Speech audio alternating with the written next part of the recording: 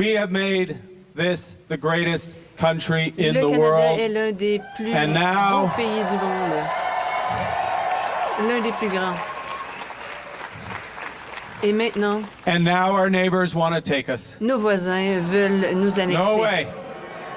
No way. Mais pas du tout. There's someone who's trying to Il do y a the une personne opposite. qui essaie de faire There's le someone who's contraire, trying to qui weaken essaie our d'affaiblir economy. notre économie. Yeah. Donald Trump. Donald Trump. Donald Trump.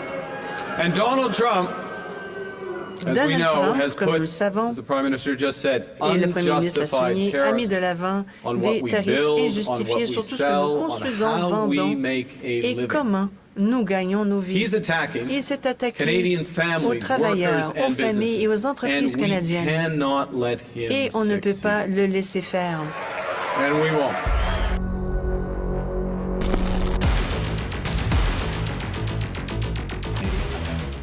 A man most Canadians barely recognized months ago now stands to be the next Prime Minister of Canada.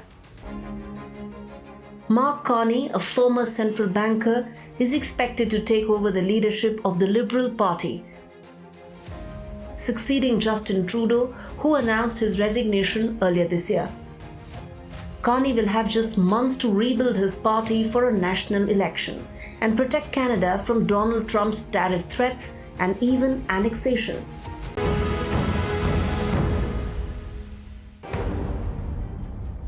Carney's story is unique. Born in Canada's Northwest Territories, he grew up in Edmonton, studied at Harvard and Oxford, and spent 13 years at Goldman Sachs. In 2008, he led Canada through the financial crisis as the Bank of Canada's governor.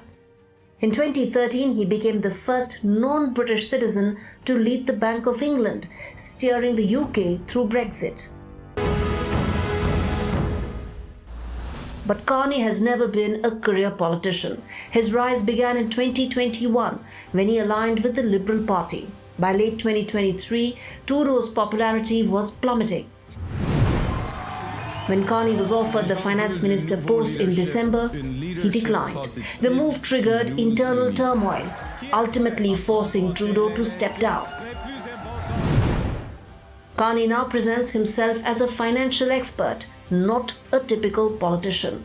His campaign pitch was simple: fix Canada's economy and push back against Trump's trade threats. When Trump joked about annexing Canada, Carney shot back: "We find you attractive, but we are not moving in with you." A line that went viral. While Carney's background makes him ideal for managing economic turmoil, it also paints him as an outsider, a banker who spent more time working for foreign governments than his own. Yet Mark Carney's international clout could work in his favor. European leaders like Emmanuel Macron and former UK Chancellor George Osborne have praised his leadership, seeing him as a stabilizing force against Donald Trump. For a man who built his career behind closed doors, Mark Carney now finds himself in the heart of Canada's biggest political storm. Winning the election would be a milestone, but holding on to power under the looming shadow of Trump will be his real test. With Rhythm Arcadia, Bureau Report, NDTV. Let's go across to Maha Siddiqui, who's joining us live from Vancouver. Maha, thank you so much for joining us. Now we understand that Carney has successfully navigated through several financial crises when he was the Bank of Canada's governor, as well as the governor of the Bank of England. How's that likely to sort of impact his policies going ahead? What do you think? This is one of the biggest reasons why we are seeing Mark Carney where he is at the moment, having won the race to the Liberal Party leader by 86% almost, which is even higher than what Trudeau managed to get in 2013, which was 80%. A lot of hopes now hinging on him as an economist, as a banker, to be able to navigate through the war that has been unleashed by US President Donald Trump on the issue of tariffs. As far as tariffs themselves are concerned and the retaliatory tariffs that have been announced by Canada, Mark Carney has today made it clear that they will go ahead unless the US shows respect to Canada. The first batch of the retaliatory tariffs by Canada are already in force for about $30 billion worth of goods coming in from the United States.